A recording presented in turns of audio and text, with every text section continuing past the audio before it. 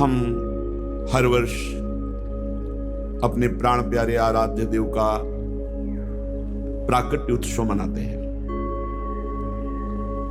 आज करुणा निधान सर्वलोक महेश्वर भगवान परमात्मा परब्रह्म श्री कृष्णचंद्र जी ये करुणा करके समस्त जीवों को परमानंद प्रदान करने के लिए ही प्रकट हुए। अब ये प्राकट्य उत्सव सार्थक तभी हो जब हमारे हृदय में प्रकट हो, मेरे मन में, मेरे प्राणों में, एक एक श्वास में, एक एक नस नाड़ी कृष्ण कृष्ण कृष्ण भगवत स्वरूप हो जाए, हमारे हृदय में प्रभु का अवतार हो, हमारे हृदय में भय प्रगट कृपाला दीन दयाला।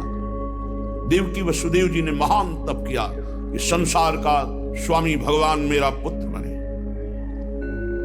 नंद यशोदा जी ये सब महान तप संपन्न, इनको सुख प्रदान करने के लिए भगवान प्रकट हुए। ये दुराचारियों का विनाश तो बहुत साधारण सी बात है। श्री सुखदेव जी कहते हैं कि उस समय की बात है जब लाखों राक्षसों ने, असुरों ने, दैत्यों ने राजाओं का रूप धारण करके पृथ्वी में आतंक मचा रखा था। अहंकार से भरे हुए, बल से भरे हुए पृथ्वी को आक्रांत कर रखा था। आक्रांत पृथ्वी त्राण पाने के लिए रो रही थी। ये उस समय की बात है जब यदुवंशी राजा शूरसेन, माथुर मंडल सूरसेन मंडल का मथुरापुरी में रह करके शासन करते थे। ये मथुरा समस्त यदुवंशी नरपतियों की राजधानी थी। मथुरा में सदैव भगवान की उपस्थिति पाई गई है। मथुरा में सूर्य के पुत्र वसुदेव जी का विवाह देवकी जी के साथ हुआ। ये उस समय की बात है जब नवविवाहिता पत्नी देवकी को रथ पर विराजमान करके वसुदेव जी ले जा रहे थे। कंस बड़ा बलवान, स्वभाव में धूर्तता, वसुदेव जी से कहा मैं रथ हाँकूंगा, मेरी बहन है, और रथ के घोड़ों की लगाम पकड़ ली, स्वयं रथ हाँकने लगा। रथ चल पड़ा। जिस समय घोड़ों की लगाम पकड़कर कंस रथ हाँक रहा था, उसी समय स्पष्ट आकाशवाणी हुई, अरे मूर्ख, जिसको तू रथ में बैठाल कर लिए जा रहा है, उसकी 8वें गर्भ की संतान तुझे मार डालेगी। भोजवंश का कलंक। आकाशवाणी सुनते ही कूद पड़ा रथ से, तलवार खींच ली और बाल पकड़े देवकी के।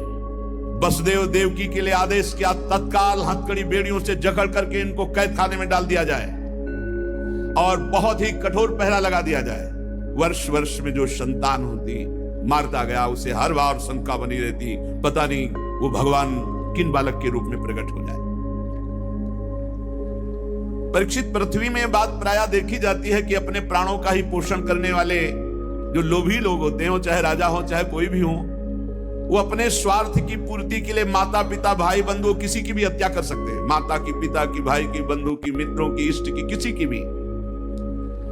ऐसे स्वार्थी पुरुषों से कभी मित्रता नहीं रखनी चाहिए, नहीं हानि ही होती है। जब कंस ने एक एक करके देवकी जी के 6 बालक मार डाले, तब देवकी के 7वें गर्भ में भगवान के अंश स्वरूप अनंत महिमा, अनंत बलशाली भगवान शेष जी पधारे देवकी जी के गर्भ में। अनंत भगवान जब 7वें गर्भ के रूप में देवकी के उदर में पधारे, बड़ा आनंद। पर देवकी जी को लगा कि कंस इसे भी मार डालेगा, इसलिए वो रुदन करने लगी। विश्वात्मा भगवान ने देखा कि माता को बहुत दुख है और यदुवंशियों को कंस सताए ही जा रहा है, तो अपनी योग माया का स्मरण किया और योग माया को आदेश किया, देवी कल्याणी, तुम ब्रज में जाओ, वह प्रदेश ग्वालों और गौओं से सुशोभित है। वहां नंद बाबा के गोकुल में वसुदेव जी की पत्नी रोहिणी गुप्त रूप से निवास कर रही। उनकी और भी पत्नियां कंस के डर से गुप्त स्थानों में रह रही। इस समय मेरा महान अंश, जिसे अनंत शेष जी कहते हैं, देवकी के उदर में गर्भ रूप से विराजमान है। तुम जाओ वहां से उस गर्भ को रोहिणी के उदर में रखो। मैं स्वयं आ रहा हूं, अब विलंब से आने जा रहा। अब मैं समस्त ज्ञान बल आदि अंशों के साथ देवकी का पुत्र बनूंगा और नंद बाबा की पत्नी यशोदा के गर्भ से तुम प्रकट हो। योग माया को आदेश किया। जब योग माया ने देवकी का गर्भ ले जाकर रोहिणी के उदर में रख दिया, तब समस्त द्वारपाल और सब जगह खबर पहुंच गई, गर्भ नष्ट हो गया देवकी। किसी को आंतरिक पता तो है नहीं, नगरवासी बहुत बेचारी के 6 तो मार डाले गए और 7वां गर्भ नष्ट हो गया। हाय, कितना कष्ट देवकी को है। देवकी जी भगवान का निवास स्थान बन गई। परीक्षित, अब समस्त शुभ गुणों से युक्त बहुत सुहावना समय आया। रोहिणी नक्षत्र था। आकाश के सभी नक्षत्र, ग्रह और तारे सौम्य हो रहे थे। अब तो काले काले मेघ आकर मंडराने लगे और धीरे धीरे गर्जना करते हैं। भारी वर्षा प्रारंभ। जन्म मृत्यु के चक्र से छुड़ाने वाले जनार्दन भगवान का अवतार समय निशीत रात के 12 बजे। उसी समय सबके हृदय में विराजमान भगवान देवरूपिणी देवकी के सामने प्रकट हुए। श्री भगवान ने कहा, देवी, स्वयंभू मनवंतर में जब तुम्हारा पहला जन्म हुआ था, उस समय तुम्हारा नाम था प्रश्नी और ये वसुदेव श्रुतपा नाम के प्रजापति थे। तुम दोनों के हृदय में बड़े ही शुद्ध भाव थे। जब ब्रह्मा जी ने तुम दोनों को संतान उत्पन्न करने की आज्ञा दी, तब तुम लोगों ने इंद्रियों का दमन करके उत्कृष्ट तपस्या की। तुम दोनों ने वर्षा, वायु, घाम, शीत, उष्ण आदि काल के विभिन्न गुणों को सहन किया और प्राणायाम के द्वारा अपने मन के मल को धो डाला। तुम दोनों ने सूखे पत्ते खाकर फिर हवा पीकर केवल तपस्या की। अभीष्ट वर प्राप्त करने की इच्छा से मेरी आराधना की। कितना कठिन तप! मुझ में चित्त लगाकर ऐसा परम दुष्कर घोर तप करते हुए देवताओं के 12,000 वर्ष व्यतीत हो गए। पुण्यमयी देवी, उस समय मैं तुम दोनों पर प्रसन्न हुआ, क्योंकि तुम दोनों तपस्या, श्रद्धा, प्रेममयी भक्ति से अपने हृदय में नित्य निरंतर मेरी भावना की थी। जैसा मैं आज तुम्हारे सामने प्रकट हुआ हूं, ऐसा उस समय भी प्रकट हुआ था और तुमसे कहा वरदान मांगो। तब तुम दोनों ने कहा, आप जैसा पुत्र मुझे चाहिए। तो मेरे जैसा तो सिर्फ मैं ही हूं। तो मेरे जैसा पुत्र, तो मैंने ये वरदान दिया कि मैं ही स्वयं तुम्हारा पुत्र बनकर आऊं। ये छोटी मोटी तपस्या का फल नहीं है, आप देख लीजिए। अगर आप जीवन भर रामकृष्ण हरि भगवान नाम जपते हुए भगवत प्राप्त हो जाते तो कितना सरल है, कितना सरल है।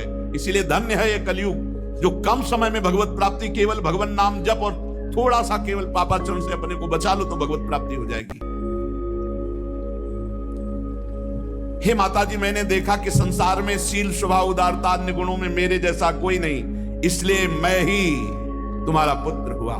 मैं ही प्रश्न गर्भ से, वामन रूप से, और इस समय तुम देवकी वसुदेव हुए, वासुदेव के रूप से। एक बार मैं वचन बोलता हूं, उसे 3 बार पूरा करता हूं। यह भगवान का, मेरी वाणी त्रिकाल सत्य है। एक बार तुमने मांगा पुत्र, तो प्रश्नी गर्भ, वामन रूप और इस समय वासुदेव रूप, कश्यप आदित्य के रूप में वामन रूप। और मैंने ये रूप इसलिए प्रकट किया कि जब मैं अवतार लेकर मनुष्य शरीर में लीला करूंगा तो मुझे पहचान पाना बहुत कठिन है। इसलिए तुम लोग ध्यान रखना मैं कौन हूं। ये खास बात ध्यान देने योग्य बात है। भगवान कह रहे हैं कि तुम दोनों मेरे प्रति पुत्र भाव और निरंतर ब्रह्म भाव रखना। युवाम माम पुत्र भावेन ब्रह्म भावेन चाचकृत चिंतयन्तो कृत स्नेहो यासे थे मदगतिम पराम। तब तुम मेरे परम पद को प्राप्त होगी। चिंतनीय कौन है गोपाल जी, कौन है लाल जी? कह रहे तुम मेरे प्रति पुत्र भाव और निरंतर ब्रह्म भाव, इस प्रकार के चिंतन द्वारा तुम मेरे पद को, मेरे प्रिया प्रीतम है कौन? देखो हित सजनी जी नहीं कह रहे, जैसे हित हरिवंश करत अपनो जस प्रगट अखिल ब्रह्मांड के अधिपति हैं, पर ब्रह्म परमात्मा तत्व की उपासना हो रही है। हमारा भाव है कि वो हमारे यार हैं, हमारे मित्र हैं, हमारे पति हैं, हमारे पुत्र हैं, हमारे स्वामी हैं, जो भाव रख सके, लेकिन है कौन? इसीलिए शांत भाव है। शांत भाव में पूर्ण तत्व ज्ञान हो जाता है। भगवान इतना कहकर चुप हो गए और अपनी योग माया से देखते देखते एक छोटे शिशु के रूप में नीलमणि, वसुदेव जी ने देखा कि भगवान तो बाल रूप हो गया। अब तो और डर लगा, कहीं कंस को पता चल गया और तलवार लिए हुए आवे, कुछ अमंगल करे। बहुत घबरा गए और भगवान ने कहा कि मुझे गोकुल पहुंचाओ, नंद बाबा के यहां सुधा मैया के पार्श्व में सुला के आओ। मुझे तुम्हें डर लग रहा है, मैं मारूंगा इसे, पर अभी मुझे पहुंचाओ वहां। भगवान की आज्ञा का पालन करने के लिए जो ही चेष्टा की, ध्यान दीजिए, भगवान की आज्ञा का पालन करने के लिए जो ही चेष्टा की तो अपने आप हथकड़ी बेड़ियां कट गई। माया की हथकड़ी बेड़ियां कट जाएंगी जो ही भगवान की आज्ञा का पालन कर। और बड़े बड़े दरवाजे, कोई एक दो नहीं थे, कई दरवाजे थे कंस के कारागार के। फटाफट सब ताले टूट गए, दरवाजे खुल गए। अद्भुत चमत्कार। और जितने पहरेदार घोर राक्षसी स्वभाव के, जिंदा खा जाए ऐसे पहरेदार थे, सब मूर्छित घोर निद्रा में। अब हथकड़ी बेड़ी कट गई, लाला को लेकर के चले। उस समय घोर बादल छाए हुए, अंधेरा, कुछ दिखाई नहीं दे रहा। कितना कष्ट में जीवन भक्त। अब सोचो, अभी अभी तो प्रकट हुए हैं और अभी अभी त्याग करने जा रहे हैं, अभी अभी त्याग कर। इधर समस्त द्वारपाल सब सोए हुए हैं, वसुदेव जी भगवान को लेकर। वर्षा हो रही, पीछे पीछे गुप्त रूप से शेष भगवान फण धारण के, मेरे प्रभु को बूंदे ना लगे। जब वो लीला कर रहे, वसुदेव जी को पता नहीं कि पीछे शेष भगवान फण धारण किए। वो तो बस चिंतन में चले जा रहे हैं, कैसे वहां जाएंगे, कोई जान ना जाए कोई। और वहां पहले ही योग माया ने पूरी व्यवस्था करी, पूरा का पूरा परिकर सब बेहोश है नींद में, किसी को सुध नहीं है। केवल यशोदा मैया को प्रारंभ में इतना था, कुछ हुआ और बेहोश हो गए। क्या हुआ ये निर्णय नहीं हुआ। पूर्ववासियों की समस्त इंद्रिय वृत्तियों की चेतना हर ली, सब अचेत हो गए। इतनी मोटी जंजीरें लगी हुई थी, ताले लगे हुए थे, जेल के साथ टूट गए। भगवान श्री कृष्ण को गोद में लिए हुए जैसे जैसे आगे बढ़ते, सब दरवाजे अपने आप खुलते चले थे और पहरेदार सब सो रहे। बादल नजदीक आकर मानो बरस रहे हो, ऐसे लटक लटक के बादल। शेष भगवान अपने फणों से जल को रोकते हुए 1000 फण धारे पीछे पीछे चल रहे। यमुना जी ने देखा कि प्रभु पधार रहे, तो पहला चरणामृत तो हमारे अधिकार बनता है। अरे जिनके चरणों का ध्यान बड़े बड़े महापुरुष शिवादि करते हैं, आज वही प्रभु मेरे पास आ रहे हैं। आनंद में भर गई यमुना जी और उफान। यमुना जी ने जब उफान आनंद का लिया तो वसुदेव जी के प्राण बहुत घबरा रहे हैं कि अब क्या करें, लौट सकते नहीं, कोई नौका आदि है नहीं। चलो प्रभु ने आज्ञा करी है तो वही देखेंगे। अब मेरे प्राण चाहे चले जाए, मेरे लाला को कुछ। यमुना जी उफान कर रहे कि चरण छूले, और वसुदेव जी उल्टा सोच रहे कि यमुना जी बढ़ रही तो लाला को बचाए। देखो ये समर्पण है, मेरे प्राण भले चले जाए, बस आज्ञा का पालन, प्रभु को पहुंचाना है और सुरक्षित पहुंचाना है। यमुना जी ऐसे थपेड़ जोर जोर से बढ़ रही। भगवान ने कहा बाबा तो और ऊपर उठाते चले जा रहे, तो यमुना जी और बढ़ती चली जाएंगी। एक श्री चरण बड़ा, ये वसुदेव जी को पता नहीं, जो ही यमुना जी को श्री चरण प्रभु के स्पर्श हुए तो तुरंत नाभिभर हो गई और ऐसे एकदम शांत। वसुदेव जी बाबा के नगर में गोकुल में गए तो डर रहे थे कि कोई देख न ले, लेकिन वहां कोई देखने वाला था, सब सोए हुए थे। उन्होंने अपने पुत्र, अब वो ऐसे देख रहे थे, और जहां सुलाया तो वहां भी पुत्र था। पार्श्व में योग माया और वही पुत्र। भगवान के इस अवतार में दो अवतार हुए, एक हुआ चतुर्भुज नारायण भगवान का अवतार जो वसुदेव देवकी के सामने, और एक हुआ पीछे आपने सुना है नंद बाबा और यशोदा मैया बहुत ऐश्वर्य समृद्धि सब रिद्धियां सिद्धियां अटखेलियां कर रहे। ब्रज तो यहां रिद्धियां सिद्धियां अटखेलियां कर रहे, कौन पूछता है।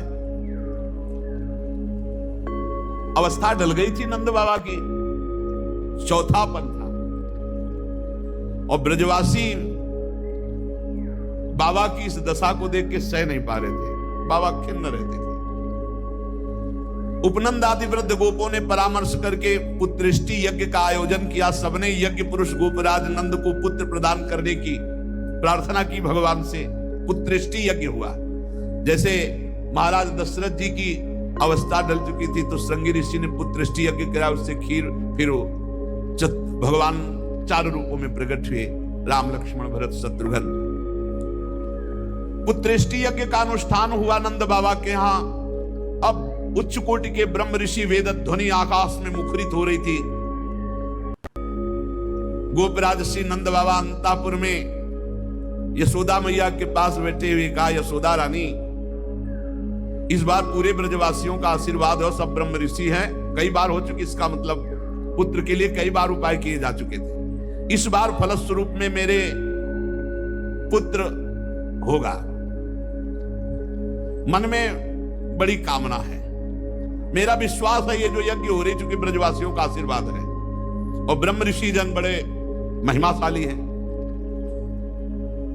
पर मेरे मन में एक उदासी छा जाती कि कर्म से ऐसा पुत्र नहीं होगा जैसा मैंने एक स्वप्न देखा है। ये कर्म जनित तो नहीं हो सकता। यज्ञादि कर्मों के सभी फल चंचल हैं और मैंने जो पुत्र देखा है वो अचल है, अविनाशी है। बड़ी आशा, पर लगता है मेरी दुराशा है क्या? वो कर्म फल से तो नहीं प्राप्त हो सकता जैसे मैंने देखा है। मैंने एक स्वप्न देखा जो आज तक तुमसे नहीं बताया, यशोदा रानी से कहा। भगवान नारायण भी उतने सुंदर नहीं जैसा वो बालक सुंदर मुझे स्वप्न में दिखाई दिया। मुझे ऐसा लगता है कि त्रिभुवन में कोई है नहीं सुंदर। एक बार जिसके हृदय में वो प्रकट हुआ उसको कोई आकर्षित कर सके ऐसा त्रिभुवन में नहीं। ब्रजराज की बात सुनकर यशोदा रानी ने कहा, सच्ची तुमने स्वप्न में देखा? बोले हाँ। बोले मैंने तो बताया नहीं, मैंने भी स्वप्न में देखा है। क्या? बोले मैं नित्य सहधर्मिणी हूं, तुम्हारी सुख दुख की नित्य संगिनी हूं, मैं तुमसे क्या छिपाऊं? जैसे बालक की बात कर रहे हो ना, हमने तो इसलिए नहीं बताया कि आप कहोगे कि तुम्हारा पागलपन है। बिल्कुल वैसे ही मैंने देखा है। श्यामस चंचल चारु दीर्घ नयनो बालस्तवांक स्थले दुग्धोद्गारि पयोधरे स्फुटमसौ क्रीडन मया लोक्यते स्वप्नस्तत्किं मुजागरः किमथ वेत्ते तन्न निश्चीयते सत्यं ब्रूहि सधर्मिणी स्फुरति किं सोयं तवाप्यंतरे। बाबा ने कहा मैंने भी देखा। दिव्याति दिव्य नीलमणि सदृश श्याम सुंदर वर्ण एक बालक तुम्हारे गोद में दुग्ध पान कर रहा है, जो चंचल नेत्र मनोहर विशाल भाल तुम्हारी गोद में स्थित देखा, वो तुम्हारा पयोधर पान कर रहा है। कैसे बताऊं, अब तो मेरी ये दशा है कि सोता हूं या जागता हूं मुझे कुछ पता नहीं चलता। हर समय बालक लगता है मेरी गोद में चढ़ रहा है, मेरी दाढ़ी खींच रहा है। कभी मैं देखता हूं तुम्हारी गोद में दुग्ध पान कर रहा है। यशोदा मैया आनंद विवल होके कहने लगी, ब्रजराज ऐसा ही, ऐसा मैंने भी देखा है, ऐसा ही देखा है। वो तुम्हारे टोन पर चढ़े खेल रहा, मैंने देखा है ऐसा। सत्य सत्य सत्य कहती हूं, मैंने देखा मैंने कि उसे स्तनपान करा रही हूं, पर संकोचवश नहीं बताया कहां वो दिव्य बालक और कहां मैं। ब्रजराज नंद ने कहा मैंने असंभव समझकर ये बात तुमसे छुपाई थी। यशोदा मैया ने कहा मैंने भी कि तुम हमारा पागलपन समझोगे, लेकिन ऐसा अगर दोनों के स्वप्न में आया तो जरूर भगवान हमारे स्वप्न को पूरा करेंगे। नारायण जिनकी हम आराधना करते हैं, नारायण सेवानिष्ठ नंद बाबा और यशोदा मैया दोनों तन मन वचन से भगवान श्री हरि की शरण में होकर के द्वादशी दिन यथाविधि व्रत करने का नियम लिया पुत्रेष्टि यज्ञ के बाद। द्वादशी व्रत की संख्या वृद्धि के साथ साथ अब वो स्वप्न में देखा हुआ जो दिव्याति दिव्य बालक है वो खुली आंखों झलकने लगा। अब तो भारी व्याकुलता बनी। व्रतानुष्ठान सर्वांग पूर्ण संपन्न हुआ तो एक दिन देखा कि स्वप्न में भगवान श्री हरि आए और मधुर वाणी में बोले, नंद यशोदा, तुम मुझ में आसक्त और मेरे परम भक्त हो, तुम इतने खिन्न क्यों हो रहे हो? अतिशी कुसुम के सदस्य श्याम सुंदर सुकुमार कुमार जो तुम्हारे स्वप्न में जागृत में अनुभूति का विषय बना हुआ है वो मैं हूं। निकुंज विलासी श्री ठाकुर जी ने कहा, जगत में वात्सल्य प्रेम का प्रचार करने के लिए मेरी प्रेरणा से द्रोण और धरा के रूप में तुम स्वर्ग से आविर्भूत हुए हो। कल्पों तपस्या की है मेरी प्राप्ति के लिए, जो ब्रह्मादि के लिए अलभ्य है। सौभाग्य है कि वो तुम्हें प्राप्त हो रहा है। उसी फल का आस्वादन करने के लिए अब तुम तैयार हो जाओ। चिंता मत करो, गोपराज मैं प्रकट होने वाला हूं। समझिए, वहां देवकी वसुदेव के यहां चतुर्भुज भगवान नारायण और यहां निकुंज विलासी श्री ठाकुर जी। श्री यशोदा जी बहुत आनंदित रहने लगी। तो एक दिन समस्त ब्रजवासियों ने देखा कि एक अर्धवृद्धा तपस्विनी स्नातक ब्राह्मण बालक को लिए गोपराज नंद की सभा में पधारी। इतनी तपस्विनी तेजस्विनी सब ब्रजवासी खड़े हो गए और आसन देकर प्रणाम करके पूछा, देवी आप कौन हो? आज तक तो आपको देखा नहीं। आपको देखने पे लगता है साक्षात भगवान की योग माया शक्ति हो। ये बालक कौन है? नारद मुनि जैसा दिखाई देता है। आप परम हम ब्रजवासियों का कल्याण करने के लिए पधारी हो। गोपराज के सभासदों की बात सुनकर तपस्विनी ने मुस्कुराकर कहा, मेरा नाम पौर्णमासी है। मैं महान तपस्विनी और दैवज्ञा हूं। तीनों काल का मुझे ज्ञान है। और ये जो बालक है, तुमने कहा नारद जी जैसा, इसका नाम मधुमंगल है। ये बालक स्नातक है। इसका दर्शन करके नारद जी का स्मरण होना उचित ही है। ये संपूर्ण वृत्ति नारद जी वाली ही रखता है। तपस्विनी की बात सुनकर गोपराज सभा के सदस्यों ने हाथ जोड़कर पूछा, देवी हम आपकी सेवा करने योग्य बिल्कुल ही नहीं है। इस पर भी आपने हम लोगों पर महती कृपा की। मेरी कुछ समझ में नहीं आ रहा कि आप यहां क्यों पधारी। तो उन्होंने कहा, तुम लोगों को पता नहीं, एक अनिर्वचनीय महासौभाग्य उपस्थित होने वाला है, इसलिए मैं यहां आई हूं। सबके पूछने पर पौर्णमासी ने बताया, तुम लोगों के प्राणाधिक प्रीतम गोपराज नंद के यहां एक पुत्र होने वाला है जो अखिल जगत को आनंद सिंधु में निमग्न कर देने वाला होगा। पौर्णमासी की बात सुनकर सभी परमानंद में उल्लसित पुलकित गदगद वाणी से कहने लगे, देवी आपके शुभागमन से हमारा ये ब्रज जो है महान तीर्थ हो गया। आपके लिए कृष्णांति के यमुना जी के समीप हम एक पर्णशाला कुटी बना देते।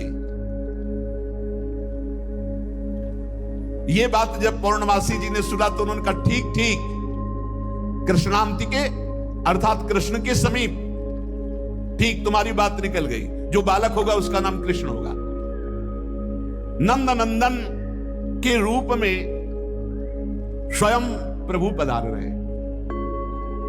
पौर्णमासी देवी कालिंदी तट के समीप पर्णशाला में भगवान के दर्शन की अभिलाषा से निवास करने लगी। पौर्णमासी देवी देवर्षि नारद जी की शिष्या और श्री कृष्ण के आगे जो गुरु बनेंगे संदीपनी जी, उनकी माता हैं। संदीपनी मुनि की माता हैं ये पौर्णमासी देवी। ये महान शक्तिमती थी और श्री कृष्ण की मधुर लीला को सब प्रकार से जानती थी। भगवान की लीला का आनंद बढ़ाने के लिए मस्खरे मन सुखा के रूप में वो मधुमंगल। तो भगवान का जो ऐश्वर्यमय अवतार हुआ वो जेल में, और जो माधुर्यमय अवतार हुआ ये नंद बाबा के यहां। तो जो ऐश्वर्यमय अवतार वापस गया, तो आप देखिएगा अक्रूर जी के साथ अक्रूर जी ने देखा जल में डुबकी लगाकर शेष सैया पर चतुर्भुज नारायण सेन, और हमारे द्विभुज मुरली मनोहर वृंदावनम परित्यज्य पादमेकम न गच्छति, वो कभी यहां से नहीं गए। जो गए तो देखो यहीं से निकलते ही चतुर्भुज हो गए। मथुरा में चतुर्भुज, द्वारिका में हमारे द्विभुज मुरली मनोहर नंद यशोदा के लाड़िले, वो कभी एक कदम ब्रज से बाहर नहीं गए। तो वहां योग माया के द्वारा नंद बाबा को यह पता ही नहीं चला कि अपने लाला में लाला का समर्पण किया, और पार्श्व में देखा, कन्या उठाया और आ गए। जे ही आए तो जैसे जैसे दरवाजे में प्रवेश करते जाते वैसे वैसे जंजीर ताला सब फिट, और जे ही वहां गए और देवकी जी की गोद में उस कन्या देवी हथकड़ी बेड़ी जकड़ गई। योग माया के आते ही दरवाजे बंद, हथकड़ी बेड़ी जकड़ गई और पहरेदार जग गए और कन्या जोर जोर से रोने लगी। जो साक्षात भगवती है, पहरेदार भागते हुए गए, कंस से कहा, महाराज 8वीं संतान उत्पन्न हुई। अब तो कंस के होश नहीं, वो तो जैसे पागल हो चुका, बाल बिखरे हुए, कई जगह गिरा, दौड़ता हुआ आया, दरवाजे खोले गए, बड़ी घबराहट है, बाल बिखरे हुए, बड़ा भयानक रूप कंस का।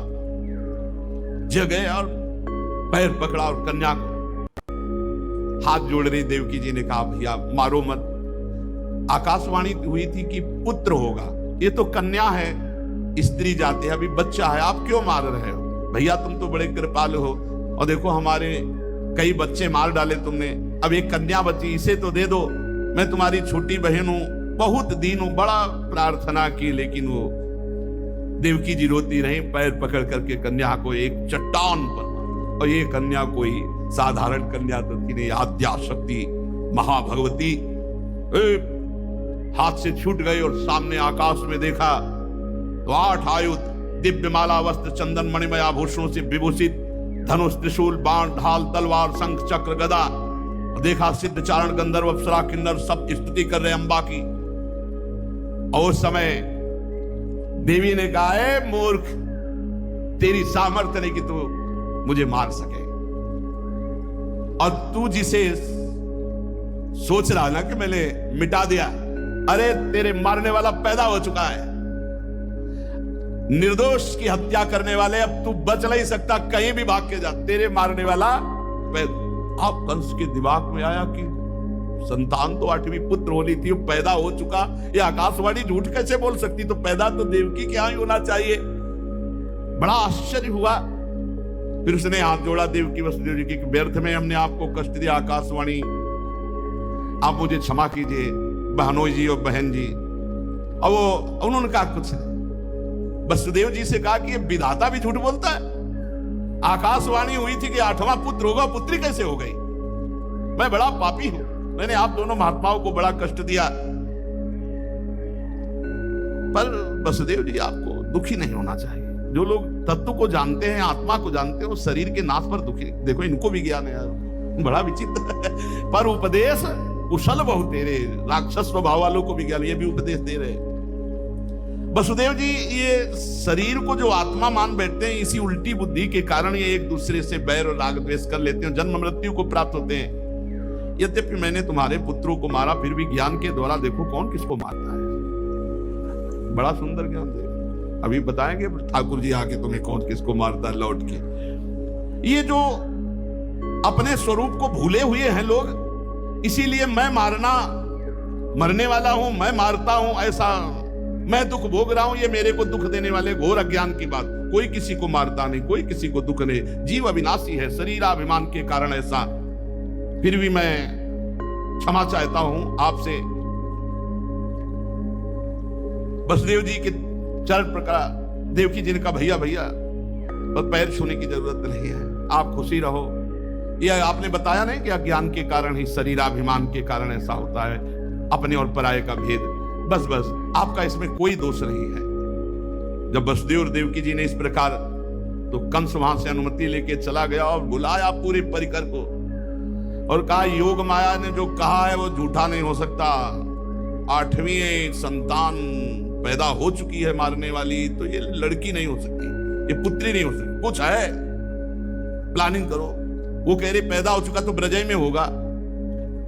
कंस के मंत्री जितने थे वो कंस से भी ज्यादा बुरे स्वभाव वाले थे। उन्होंने कहा, महाराज आज्ञा करो, ब्रज 84 कोस में आज से लेकर 10 दिन तक जितने भी बालक हुए आप मार डालेंगे हम लोग। बड़ा प्रसन्न हुआ।